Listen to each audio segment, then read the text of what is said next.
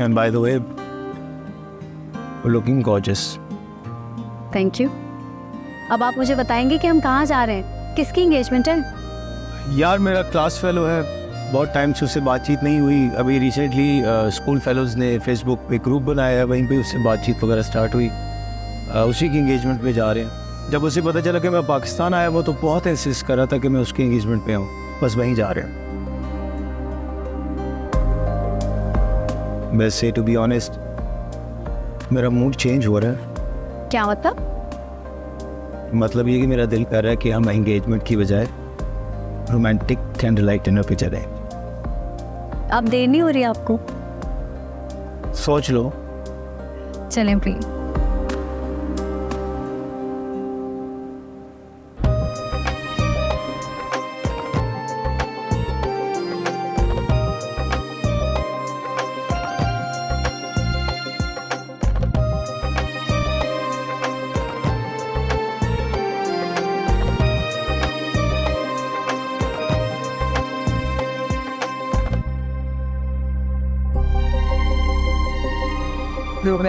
मेरे फ्रेंड मुझे नहीं लगा था तू आएगा। Thanks for coming. कैसे ना आता, तुमने इंसिस्ट तो इतना किया था। I am glad you made it. This is my wife Nazia. Congratulation भाभी। Thank you. ये अच्छा कब हुआ? बस अभी रिसेंटली। नाइस मीटिंग यू भाभी। लाइकवाइज। अच्छा तुम बताओ, भाभी से कैसे मिले? लव मैरिज है कि arrange? Excuse me. Love but one sided. चलो कोई बात नहीं। हाँ दाइन। हाँ तुमने कॉल की थी? हाँ तुम घर नहीं पहुंचे थे तो मुझे फिक्र हो रही थी तुम्हारी। फिक्र मत किया करो मेरी फिक्र, आदत नहीं है मेरे को। दाइम। डोंट वरी, आ रहा हूँ थोड़ी देर में। घर नहीं आऊँगा तो और कहाँ जाऊँगा? दाइम।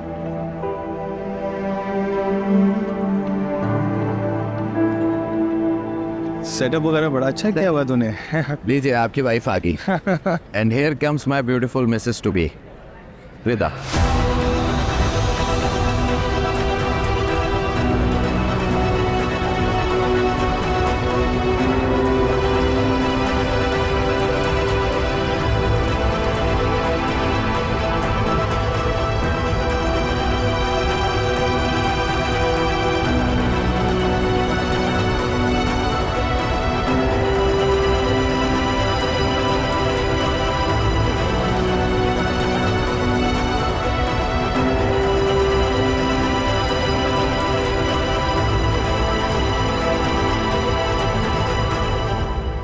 कुछ लोग जिंदगी की तरह होते हैं आपके लिए, जिनके बगैर आप शायद जिंदा तो रहते हो लेकिन जीते नहीं हैं।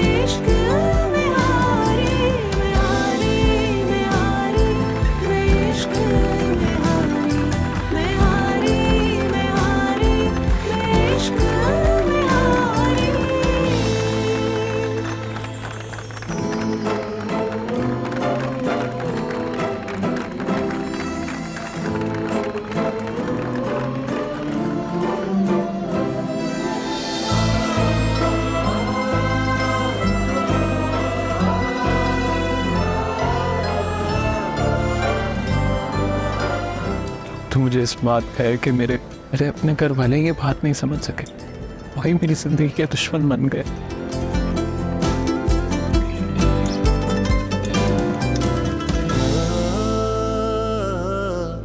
बिखरी यादें समेटूं तेरी तो हो जाऊं मैं बेजुबान।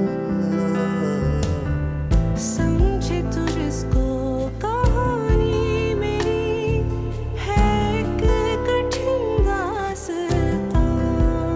अब इस दर्द की कैद से मुझको टाइम तो लगता है उस लड़की की खातिर जोक लेकर ही बैठ गया है। सुबह उठता है, चुपचाप ऑफिस चला जाता है और वापस आता है तो कमरे में बंद हो जाता है। ना घर में किसी से बात करता है, ना कुछ खाता है। मेरी तो समझ नहीं आ रहा मैं करूं क्या। ये लड़कियां पता नहीं कौन सा ऐसा जादू मंतर करके फूंकती हैं इन लड़कों पर कि 4 दिन के इश्क के पीछे ही अपनी माँ को भूल जाते हैं जिसने पाल पोस कर बड़ा कर दिया है। इसीलिए मैं पसंद की शादी, इश्क की मुश्किल, इन सबके खिलाफ। जो भी इन चक्कर में पड़ता है ना, ख्वाह ही होता है। आप इतनी टेंशन क्यों ले रही हैं? नया नया दुख है उसका, जख्म है उसका, सोग मनाएगा फिर ठीक हो जाएगा ना। अरे भाई, उसके सोग ने मेरी जिंदगी हराम कर दी है। तुम्हारे अब्बू फिलहाल तो चुप हैं, लेकिन अगर ऐसे ही चलता रहा तो उन पर दाइन से हमदर्दी का भूत फिर से सवार हो जाएगा। आप ऐसा क्यों नहीं करती कि अब्बू से पहले आप उससे बात कर लें? क्या मतलब है तुम्हारा?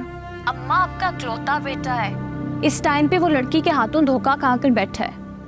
आप उसके पास बैठे, उसको तसल्ली दे, उसको हौसला दे। मुझसे नहीं होती भाई ये चोंचलेबाजी। इश्क में पड़ते हुए माँ का ख्याल आया था कि अब जब आंसू पोंछने का वक्त है तो माँ अपना दामन हाजिर कर दे। एक तो आपको हर बात समझाना बहुत मुश्किल है। आप ये क्यों नहीं समझते कि जिस तरह इंसान को ये हमेशा याद रहता है उसको किसने धोखा दिया था, इसी तरह से मुश्किल वक्त में साथ देने वाला कभी नहीं भूलता। आप अभी उसके साथ बैठे, उसको तसल्ली दे, उसकी हमदर्दी करें ताकि उसको पता चल जाए कि झूठ आप नहीं, रिदा बोल रही थी। समझ रही है ना मेरी बात? हाँ, समझ रही हूँ तुम्हारी बात में। और वक्त का तकाजा यही है, एक्टिंग ही करनी है ना। 2 मीठे बोल बोलने बोल दे। और वैसे भी जो माएँ औलाद के साथ खड़ी होती है ना मुश्किल वक्त में, औलाद भी कभी उनके खिलाफ नहीं जाती।